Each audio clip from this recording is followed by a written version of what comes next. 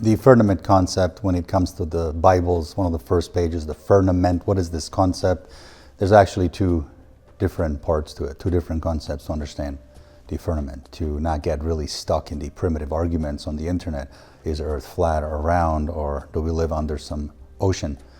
Or as NASA says, we rotate a certain amount of whatever it is, miles per hour. But anyway, Earth is a realm, it's a reality.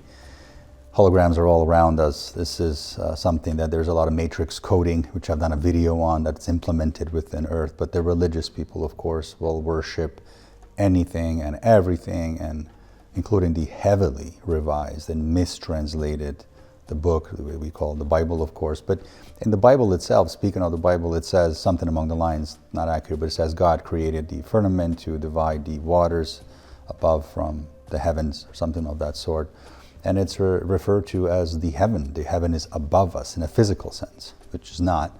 But the event is described as something that's happened on the second day, the creation on the second day.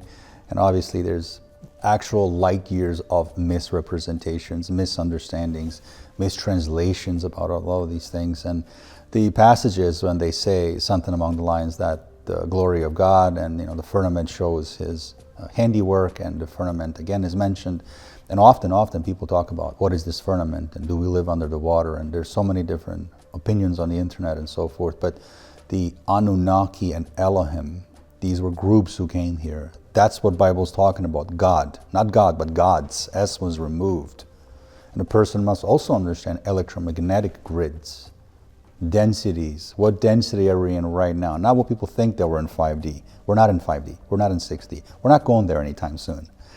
So all these things must be understood in order to really see what's going on with this firmament. So the first thing is electromagnetic grid. Is there one? Absolutely. It connects humans to humans, humans to extraterrestrials. We see this grid not just because it's in a form of the shape of a circular surrounding object surrounding our planet. No. This is something that's there. It's always been there. This is why the term dome comes into the effect. Ancient people knew about it. People with fourth density access right now know about it. People that go out of body know about it. Mayans, Hindus, Egyptians, Inca, Navajo, Hebrew, Celtics even, Chinese, they all knew about it. They depicted it. But also too, during the time of the humans, we were, in the time that we were placed in the India region, when we were placed in the quarantine, the protected layer was placed over Earth, a barrier, a shield. And it didn't allow humans to exit, it didn't allow any beings to come through, any portals to be opened, ships to land, none of these things without the permission, of course, by the custodians. So this is a second representation of the firmament. And this went on for about 300 years in our calendar time. This is, again, like I said, in India, and there was a very large war, a nuclear war actually, a nuclear war at that time, with different groups were fighting one another, Middle East groups, India groups, and a lot of population died. A lot of this population is buried. A lot of this technology is buried. A lot of these structures are buried.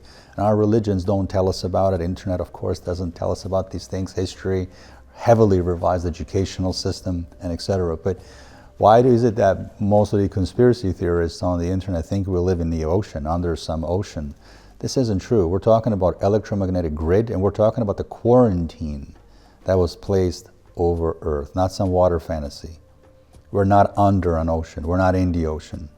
We live on a planet, physical reality, physical realm, that's altered, revised, that can be changed at any time by the custodians. And there's different custodians, and then there's predecessors. And these are all non-humanoid, non-human groups. And there's many parts to our current reality, really now, the locations that we're in now, worldwide. There's just made out of coding, and I've done a video on the matrix coding.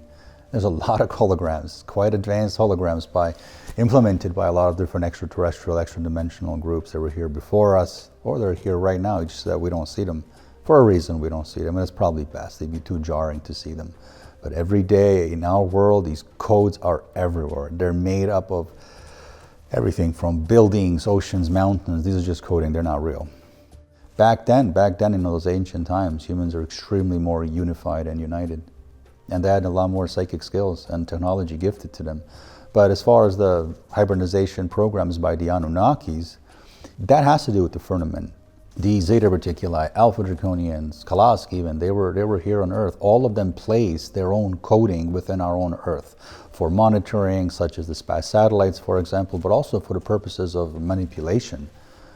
The secret societies know this. The top 1% of secret societies, the dozen or so families who run our world, they know about these secrets. And Van Allen belt, the radiation belt, that's also another misrepresentation. That is around Earth, but also too, that is in depictions misunderstood, that is just some dome firmament that is underwater. No. So there's different reasons why misrepresentation of the firmament concept is truly happening. Humans, we cannot leave the firmament. We cannot leave the quarantine. We cannot leave the dome as we want to. This is why the faked moon landing was implemented in the 60s in the black and white video. That was fake. That wasn't real. Is there matrix coding? Absolutely. It's all over. It's in everything. It's in every single physical object in this reality. And it's not something TikTok or Instagram can teach us about. A lot of the stuff on the internet is just content creators or AI creators that are just spitting out content for the purposes of likes and driving the likes and the algorithms and so forth. And religions, of course, don't help us because they have all the ancient texts. They just don't want to tell us the real stories, like Noah's Ark story, for example. There was no such thing as a Noah creating an ark, but we sure have tourist attractions all around the world to actually board a Noah's Ark type of ship. So we are constantly dumbed down. We are dumbed down with limited information from educational systems, medical systems, cures that are being hidden from us, and et cetera, and et cetera. So the tunnel vision that we're in, I don't think if we stay in that tunnel, we're going to be growing anytime soon. We're not in 5D, we're not in 6D, we're not going anywhere, and no one's coming to save us. No federations are coming to save us, no deities are coming to save us, second arrival of Christ, none of that stuff. This is pure ignorance and also cognitive dissonance. The flat earth theory, the flat earth perspective, yeah, they have a lot of great points, of course, but there's a large secret about that.